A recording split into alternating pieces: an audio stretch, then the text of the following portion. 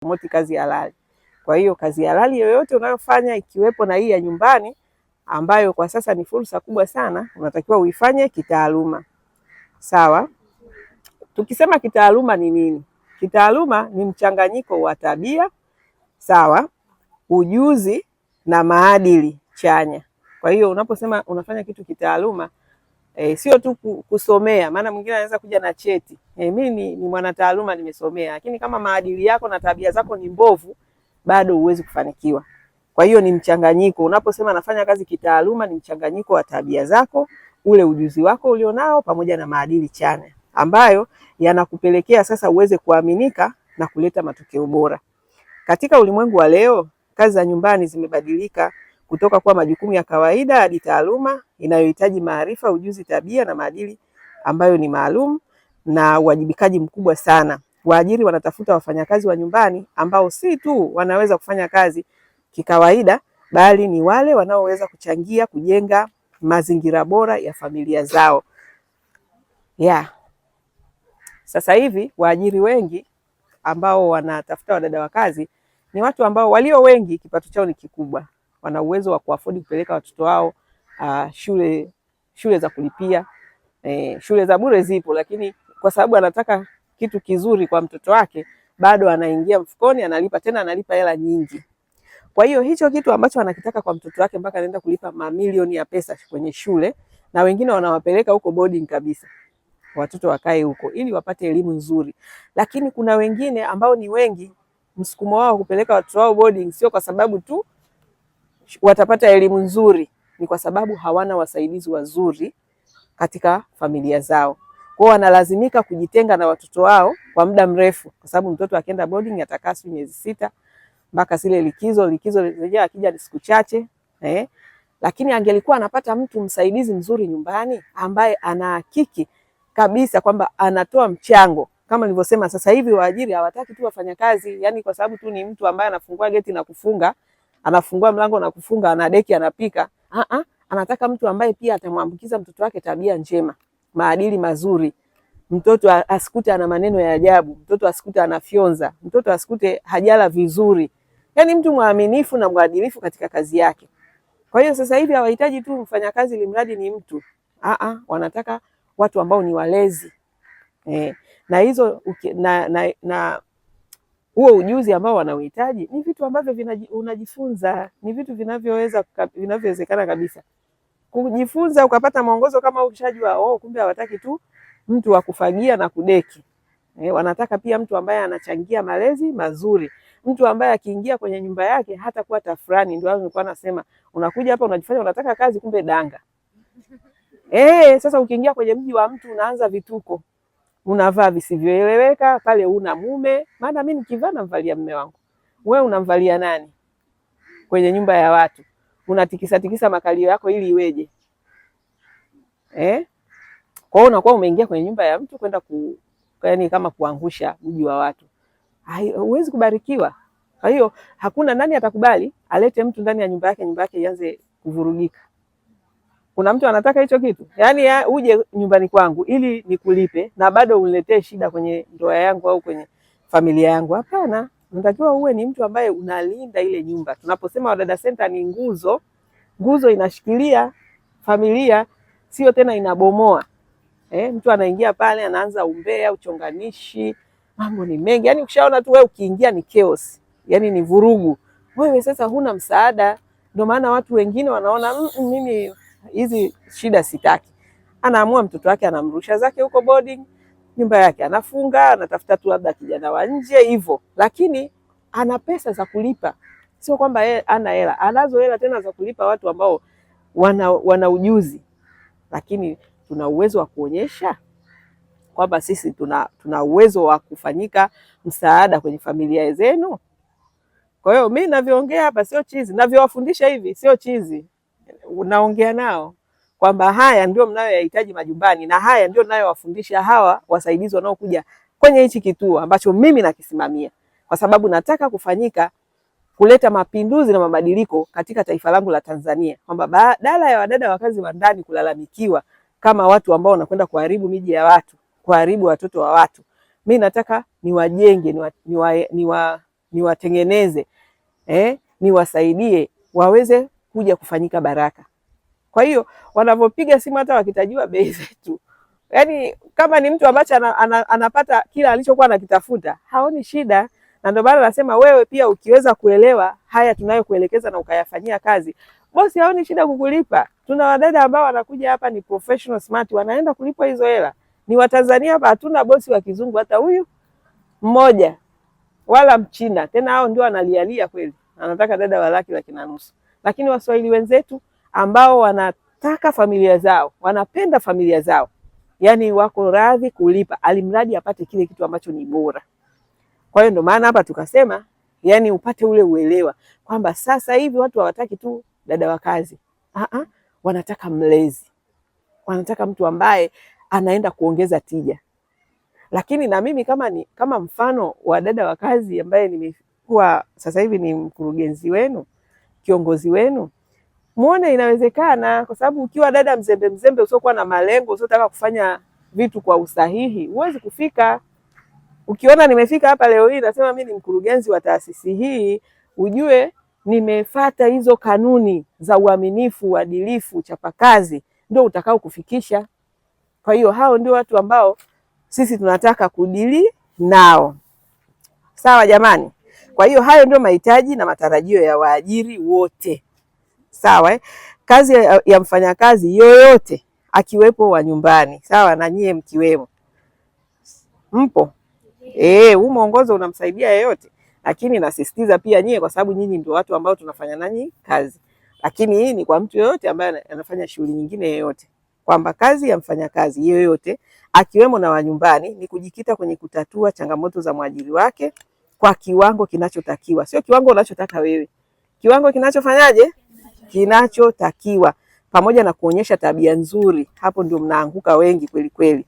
Tabia nzuri, maadili chanya kwa familia, ili mwajiri aweze kuridhika na huduma ambayo unaitoa na kuwa tayari kulipa hiyo huduma. Sasa tunasema tatizo kubwa la wafanyakazi wengi hufanya hii kazi kama wanalazimishwa. Ndio hicho ninachokiona. Si nimeanza kuambia mbona sioni energy zenu, yani kama ni mtu ambaye yani amekuja kusave, amekuja kuhudumia. Yani anasema jamani, yani niko hapa kwa ajili ya kuboresha maisha yako. Unahitaji nini? Kidogo yule chef wetu ana hivyo vitabia kwa mbali. Ila akipata huu mwongozo utamshepu zaidi, yani atakuwa dhahabu kabisa. Ila sio vibaya. Anajitahidi sana kuhakikisha anakupa kitu unachotaka. Lakini wadada wengi ndio hivyo. Wanaona kama wanalazimishwa au kama vile wanasaidia bure. Yani unashaona mtu, yani analipa mshahara na yuko kazini, lakini alivyojiweka kama vile yani hiyo kazi anafanya tu bure yani hakuna halipwi. Yani wala yeye kulipwa kwake haoni kama ni big deal. Yani hataki umtume unavyotaka, umuelekeze unavyotaka. Alafu mwisho wa mwezi anataka anyoshe mkono apokee mshahara. No, huo ni wizi na sio kitu kizuri, si ndio? Na huwezi kufanikiwa. Na ndio hao wadada wanabaki wanazunguka kwenye umaskini. Leo yuko nyumba hii, kesho ataenda nyumba ile, atarudi mtaani, atakutana sijui na kijana gani, atamtandika mimba. Yani yuko kwenye mnyororo wa umaskini kwa sababu ya kutaka kufanya vitu vya kitaaluma, kiprofessional. Sawa jamani? Haya. Wafanyakazi wa nyumbani wengi hawachukulii hii kazi kama taaluma. Hawana maarifa, that's number one. Maarifa, yani ufanyaji wa hiyo kazi uifanye vile inavyotakiwa. Na ni kitu ambacho unaweza kujifunza. Mbona mnaweza kukata viuno vizuri tu? Kwani mlizaliwa mnakata? Ndio hivyo, ndio mambo yenu hayo. Kuna mtu hajui kata kiuno hapa? Semeni. Mlizaliwa mnajua, ila mmejifunza. Sasa kwa nini unataka kujifunza kufua nguo za bosi wako vizuri, kusafisha nyumba yake vizuri, kumwangalia mtoto wake vizuri? Kwa nini? Wakati hiyo ndio itakupa hela ya uhakika. Unaweza ukamkatia mtu kiuno hadi kikapinda, alafu anakukopa. Hela hakupi na simu anazima. Huo ndio ukweli jamani, au nadanganya? Tuambiane ukweli watoto wa kike sasa hivi bwana wewe. Na mshakata sana mpaka tumefika hapa, tumeshaona huko havilipi. Sasa chukueni hivi vinavyolipa. Tafuta maarifa ya kufanya kazi ya bosi wako vizuri. Jifunze, sasa hivi teknolojia inaturahisishia kujifunza vitu vingi sana. Si ndio jamani? Na tabia hizi nzuri tunazozihubiri hapa. tabia njema. Sio tu kazi yako iwe nzuri, lakini pia usiwe muongo, usiwe mtu ambaye yani unafanya tu mambo maovu. Yani bosi wako asipokuwa machoni kwako basi unafanya ndivyo sivyo. Unatakiwa ufanye vizuri tena zaidi anapokuwa hayupo. Lakini yani ukiwa ni mtu mwadilifu, unafanya kazi yako perfect, awepo asiwepo unaifanya vizuri. Na hao ndio watu ambao Mungu anawabariki. Kwa sababu Mungu anayekupima yuko sirini, anajua unafanya kwa uaminifu au sio kwa uaminifu. Sawa jamani? Ehe. Kwa hiyo tunasema wafanyakazi wengi wana mitazamo hasi kuhusu kazi za ndani. Wengi hawana tabia njema, tumeona. Sasa hapa tunazungumzia, nimesema huu ni utafiti miaka 15. Kwa hiyo pia tumeona tabia za wafanya, sio wote kabisa, lakini hao wazuri ni wachache. Mimi nataka tufikie stage wazuri ndio wanakuwa wengi. Lakini sasa hivi kupata wazuri eti unawapata wachache. Kwa nini? Na ni kitu ambacho tunaweza tukabadilika. Kwa hiyo wengi wana mitazamo hasi na kazi hizi, wengi hawana tabia nzuri, maadili yao sio chanya, ujuzi na maarifa ya kazi hawana, na wanafanya kazi kana kwamba wanatoa msaada. Umeona? Na wengine tena usema kabisa wananyanyaswa. Anakuambia hizi kazi za ndani ni mateso, yani mimi bora niuze karanga. Ndio kauli zao. Lakini mwingine anayekukatisha tamaa auze karanga au auze duka, pengine alishatengeneza mtaji. Wewe mtaji huna, mtaji ndio nguvu zako. Yaani ili uweze kuwa bosi wa maisha yako. Mimi ni bosi sasa hivi, lakini ilibidi nitumwe, ilibidi niwe kwenye ajira na ninyenyekee ndio niweze kuja kupata cha kwangu. Sasa mtu asikudanganye. Anakuambia mimi bora niuze hiki. Unauza kwa kutumia hela gani? Hiyo hela kaitoa wapi? Aliitafuta, akateseka huko anakosema aliteseka, lakini hizo ni training, sio mateso. Yaani zile process za bosi wako kukurekebisha na ile kujitoa kufanya hizi kazi, unawahi kuamka, unachelewa kulala. Hizo ni training za wewe kufanya kazi. Ulishawahi kuona mwanajeshi anakuja amepata vyeo vya kijeshi, anakubalika mwanajeshi ambaye hakupita kwenye zile training? Unajua training za kijeshi hata kama hujaenda jeshini ni nyepesi? Hapana. Kwa hiyo ili uwe mwanajeshi lazima upite kwenye zile process zao. Wengine hadi nasikiaga wanakufa kwenye hiyo process, nasikia wanakufa. Kwa nini? Kwa sababu yani ya ile training zinavyokuwa. Sasa hata kwenye hizi kazi ni training, ni part ya training. Huwezi kukaa tu hivi ukategemea utakuwa bora. Ni lazima ukubali kurekebishwa, sio tu kurekebishwa, yani na mwili wako ukubali kazi. Wewe ndio unawahi kuamka na unachelewa kulala. Ukifanya hivyo mwaka mzima, utakapokuwa kuja kuwa mjasiriamali wa shughuli zako, unaweza kupambana. Utaweza kukimbizana huku na huku na huku na utasimamia shughuli zako. Lakini kikanuni za Mungu lazima uweze kusimamia kitu cha mwingine. Ukisimamia kwa uaminifu ndio kazi za bosi wako. Uzifanye vizuri. Alafu sasa Mungu aje akuinue uwe na za kwako na wewe uweze kuajiri watu wengine. Sawa jamani? Kwa hiyo tunapozungumza kazi za nyumbani ni taaluma, tunamaanisha kuwa wafanyakazi tunamaanisha kuwa mfanyakazi hafanyi kazi kwa mazoea. Sisi hataki kudili na hizi kazi kimazoea. Kama uko nyuma huko. Ndio maana sisi tuko mbele ya muda. Wadada Center tuna professional smart kwa sababu tumeshaondoka kwenye nini? Mazoea. Umeona sisi tunatumia hizo mbinu za kisayansi za kujifunza ujuzi vizuri. Tabia zetu tunazinoa vizuri kwa sababu kila mtu ana uwezo wa kubadilika. Tunanyoosha maadili yetu vizuri. Kwa kupitia mafunzo maalum. Ndio maana sasa tukasema tuandalie kitu kama hichi kwa mfano, kwa sababu huwezi kurekebisha usichokijua. Ili urekebishe chochote lazima upate awareness mpya. Mabadiliko yoyote yanaanza na awareness. Kwa hiyo unapata kwanza awareness, then wewe ndio unaingia kwenye kufanyia kazi yale ulioelekezwa. Si ndio? Kwa hiyo kazi yetu sisi ndio hivyo, kuwapa hizo awareness, muweze kujua umuhimu. Yaani ukijua kwa nini sisi tunasisitiza ufanye hizi kazi kitaaluma, ukajua ni kwa nini, kwamba ni kwa faida yako, kwa sababu wewe mpaka unatutafuta una shida ya hela. Lakini kwa sababu hujawahi kujengwa kwenye hii misingi ya kujiboresha, ya kujua kwamba pesa ni wewe unayeamua kiasi gani ulipwe. Sio sisi tunaamua wala bosi anaamua. Wewe ndio unayeamua ulipwe kiasi gani. Yule anayekuja hapa ameshasoma, anajua kazi vizuri na maadili yake yako vizuri, yeye ndio ameamua kwamba mimi nitakuwa na maadili chanya, mimi sitakuwa muongo, sitakuwa longolongo, na hizi kazi nitajiboresha kuzifanya. Anakuja hapa tayari anajua, yeye ndio anaamua kwamba mimi naenda Wadada Center, mshahara wangu ni 500,000. Kwa nini? Kwa sababu ya qualification ambazo anazo. Kazipataje? Aliingia kujifunza, hakukaa tu hivi zikaja. Kwa hiyo hapa kazi yetu ni kuhakikisha kwamba mnaelewa kwamba hizi hela nyinyi ndio mna uwezo wa kuzipata au mna uwezo wa lakini hatuna nini hiyo culture. Haya, mpaka hapo ndani ya maswali nisema tutatoa nafasi ya kuuliza maswali. Kwa mwenye maswali aulize, kama hamna tuendelee. Mnawaza haya, wakati mnawaza kuna kipengele hicho kipengele nilichokuwa nakizungumza, tulianza na ile awareness kwanza kwa ujumla kuhusu mtazamo. Kwamba unapokuja huku sisi kwetu hizi ni ajira ndugu yangu. Hauji sijui kwenye mambo ya kuwaza upumbavu wenu ule, hizi ni kazi za ndani tu. No. Yaani kama unawaza hivyo geti ile pale kwenu. Sisi tunataka mtu ambaye anakuja hapa anasema hii kazi ni kazi kama kazi nyingine. Mungu amenipa niifanye kwa uaminifu ili aweze kunibariki kwa makubwa. Ingawaje hii ni ndogo, lakini hii ndogo Mungu anataka niifanye kwa uaminifu. Huyo ndo mtu tunamtaka hapa. Kwa hiyo ndo cha kwanza.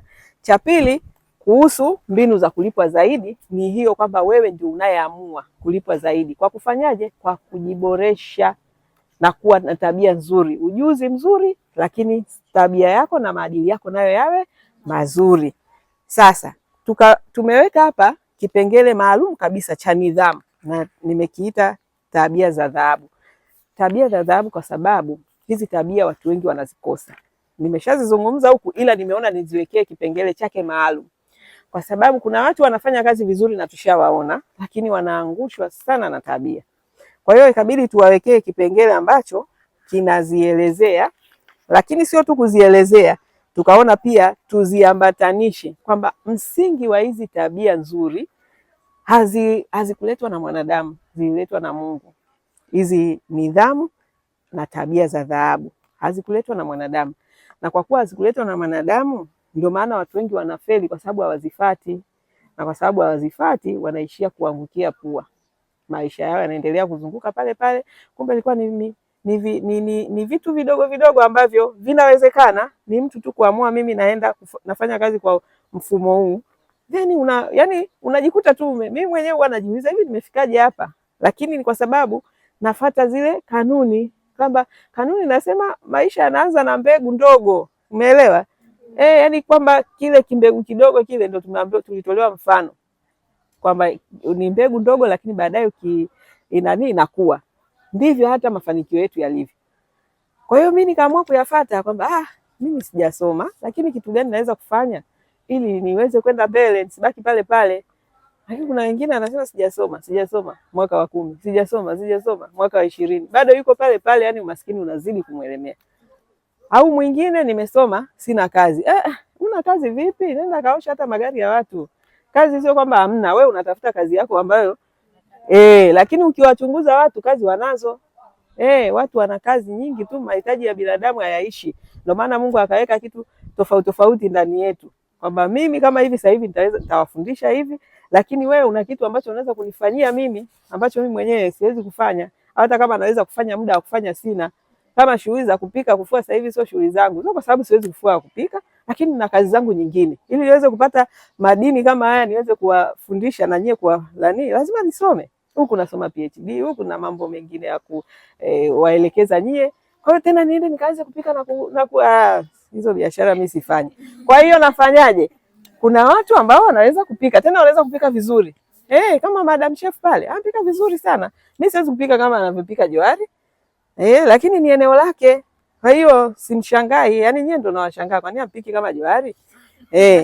Johari ndio eneo lake, anapatia hela. Kwa hiyo ndio anapika kweli kweli, na akikuletea chakula kweli ni chakula. Mimi sitafuti hela kwenye kupika. Kwa nini kaanze kujihangaisha? Nalipa mtu apike huko tule chakula kitamu. Lakini kwenye eneo langu mimi kazi yangu ni kuwasaidia wanawake kuwanyanyua kielimu. Kwa hiyo kazi yangu ni kwenda kunajipika kielimu. Si ndio? Sijui mnanielewa? Kwa hiyo tumepewa, yani tunategemeana. Mtu asikwambia hamna kazi. Huyu anayesema hamna kazi, yani wewe muangalie tu. Ndio amebeba mifumo ya kidunia, kwamba wewe ukishapata degree wewe umemaliza. Kumbe hakuna.